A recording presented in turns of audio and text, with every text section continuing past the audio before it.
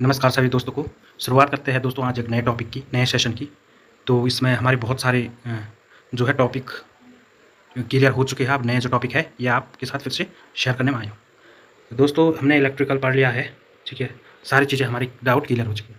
सबसे मेन ज़रूरी होता है रूल्स रेगुलेशन, ठीक है।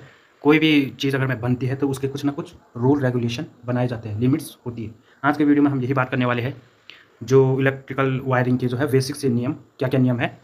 कुछ पॉइंट्स मैंने नोट किए हैं, नोट्स बनाए हैं, तो ये मैं आपके साथ आज शेयर करने वाला हूँ। वीडियो अच्छा लगे तो लाइक, चैनल को सब्सक्राइब जरूर करें। चलिए बात करते हैं, जो वायरिंग करते हैं हम घरों में, कहीं इंडस्ट्री में, कहीं भी वायरिंग करते हैं तो हमारे लिए कुछ रूल्स बनाए हुए हैं। ये टॉपिक फॉलो जो है उतना होता नहीं होता, ये अलग वाली बात है, लेकिन आपका जो कॉम्पिटिशन लेवल पे है ये बहुत ही काम की चीज़ है। तो चलिए करते हैं वीडियो को शुरू और आपको एक एक पॉइंट समझाते हैं।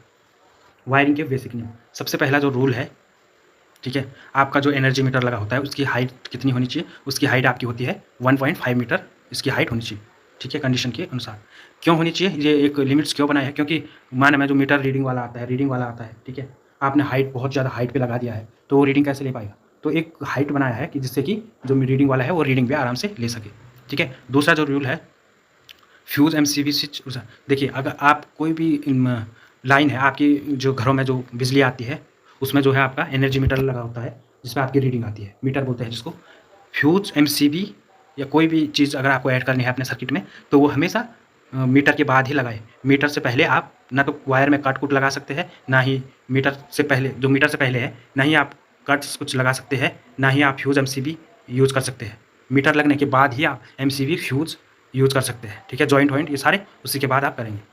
इसमें आपको जो है अगर आप पकड़े जाते हो इस चीज़ में तो आपको उसमें जुर्माना भी पड़ सकता है और आपको सज़ा भी हो सकती है, तो ये एक इलीगल है। अब बात करते हैं, फ्यूज़ जो होता है हमारा वो हमेशा फेज तार में ही होना चाहिए। फेज तार बोले तो जिसमें करंट आता है, फ्यूज़ जो है हमेशा उसी में लगा होना चाहिए। वितरण बोर्ड, जो हमारा डिस्ट्रीब्यूशन बोर्ड है वो 1.5 मीटर की ऊंचाई पर ही होना चाहिए। जो आपका कोई भी संस्थान, इंडस्ट्री है, आपका घर है, उसमें लाइट पंखा का जो है पॉइंट अलग होना चाहिए, और जो पावर शक्ति है जैसे एसी, गीज़र, वॉशिंग मशीन, इनके लिए अलग होना चाहिए। क्यों होना चाहिए ये भी आगे बात करेंगे हम। जो विद्युत उपपरिपथ है या जो लाइट परिपथ है उसमें 10 पॉइंट से अधिक नहीं होने चाहिए, और मैक्सिमम जो लोड है वो 800 वाट से अधिक नहीं होना चाहिए। जबकि जो हमारा पावर जो सर्किट है, जो पावर बोर्ड है, उसमें हमारा 2 पॉइंट और 3000 वाट से अधिक लोड नहीं होना चाहिए, ठीक है। अब वायरिंग, जो सीलिंग फैन की ऊंचाई 4 मीटर पर सीलिंग फैन, और अगर ऊपर से छत से करें तो 0.5 मीटर नीचे रखना चाहिए, ओके।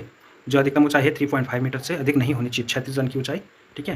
तो ये है आपका पहला। अब आगे बात करते हैं, प्रकाश पंखा परिपथ के लिए एल्यूमिनियम वायर का जो माप है वो 1.5 mm² था, कॉपर का 0.9। जो लाइटिंग परिपथ है उसमें एल्यूमिनियम का वायर अगर आप यूज़ कर रहे हो तो ये 1.5 मीटर स्क्वायर से अधिक नहीं होना चाहिए, या इतना होना चाहिए, ठीक है। कॉपर है तो 0.96 mm² होना चाहिए, क्योंकि कॉपर बेटर होता है, लेकिन ज़्यादातर हम एल्यूमिनियम ही यूज़ करते हैं क्योंकि कॉस्टिंग कॉपर की ज़्यादा होती है, ठीक है।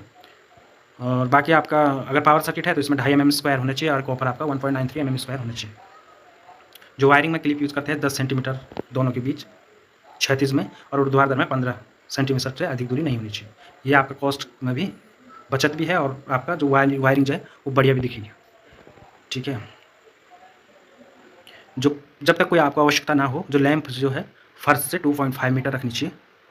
जो लाइट जो होता है आपका, पंखे की ऊंचाई आपके फर्श से 2.5 मीटर या 2.75 भी हो सकता है, ठीक है। प्रत्येक फेज तार, ये तो आपका हो चुका है कि कनेक्शन हमेशा स्विच जो है हमारा बटन होता है स्विच ऑन ऑफ करने का, 1.3 मीटर ऊंचाई पे होना चाहिए।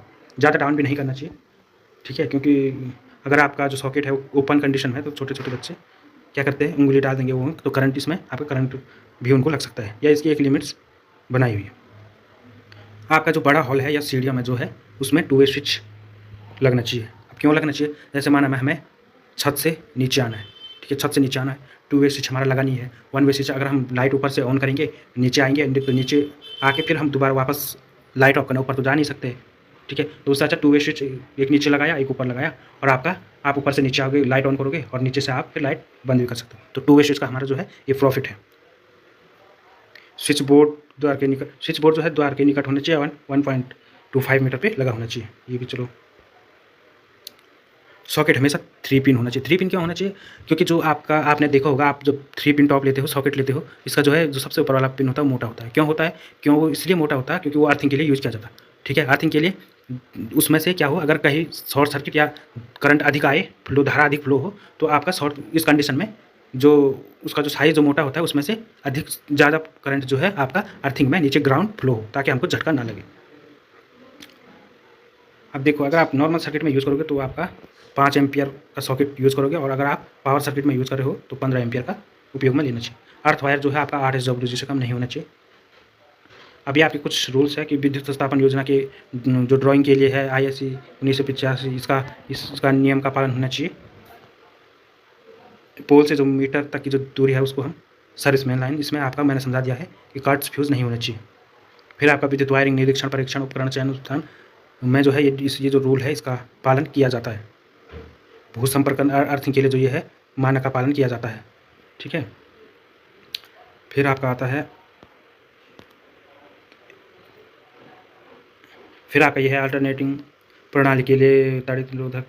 अब ये लाइटिंग अरेस्टिंग के लिए जो है मानक का ये जो रूल्स है, नियम बना है IS 3070/1993 मानक का पालन किया जाता है। किसी भी स्थान में वायरिंग या उसका आगणन करते समय भारतीय विद्युत नियम 1956 का पूर्ण रूप से किया जाना चाहिए। जो कहीं भी आप वायरिंग कर रहे हो तो ये रूल 1956 का पूर्ण रूप से प्रयोग किया जाता है। ये तो हुआ आपका कुछ नियम। बाकी अर्थिंग के भी कुछ नियम है कि अर्थिंग घर से कितने दूरी पे होनी चाहिए, 1.5 मीटर की दूरी।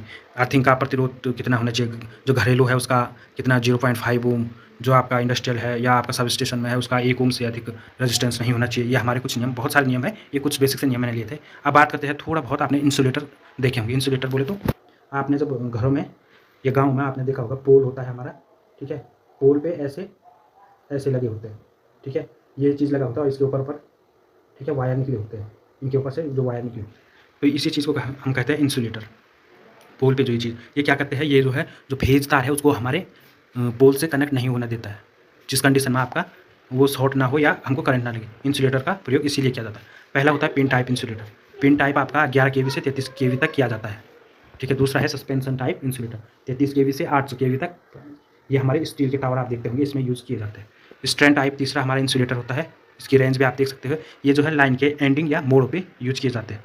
उसके बाद होता है हमारा साइकिल टाइप इंसुलेटर, 600 वोल्ट से नीचे निम्न वोल्टेज वितरण में इसका प्रयोग किया जाता है। पोस्ट टाइप आपका केवल सब स्टेशन जो है उनमें यूज किए जाते हैं। फिर आपका एग इंसुलेटर या स्ट्रे इंसुलेटर कहते हैं। ठीक है, ये हमारे पोल से आपने देखा होगा, पोल जो लगे होते हैं, ठीक है, इनमें ऐसे जो तार होता है सपोर्टर तार, यहाँ पे एक ऐसा इंसुलेटर लगा होता है, तो यही हमारा जो है एग टाइप इंसुलेटर कहलाता है। तो ये चलो हमारे हुए इंसुलेटर इतने प्रकार के होते हैं और इनके क्या क्या काम होते हैं, कौन सा कहाँ पे यूज़ होता है, ये सारी चीज़ें इसमें मैंने आपको समझा दिया। बाकी करते हैं आज के वीडियो को यहीं पे एंड, मिलते हैं एक नए वीडियो में। ओके।